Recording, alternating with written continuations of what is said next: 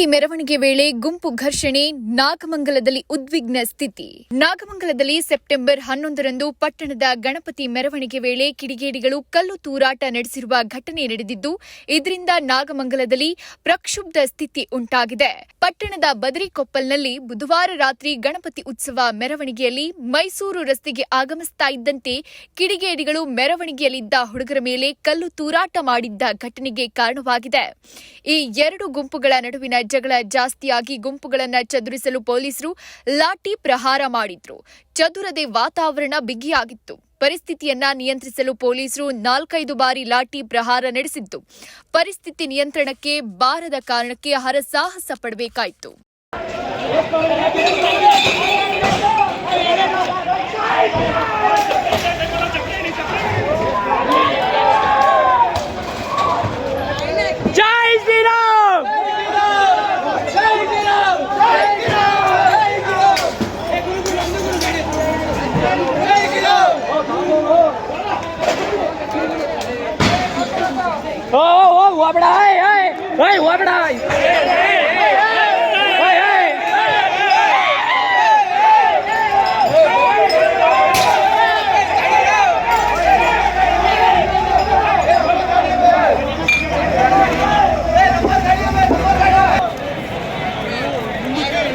ಭವಿಷ್ಯ ಅದ ಇದರಲ್ಲಿ ವಿಡಿಯೋ ಮಾಡ್ತಾ ಇರ್ತಾರೆ.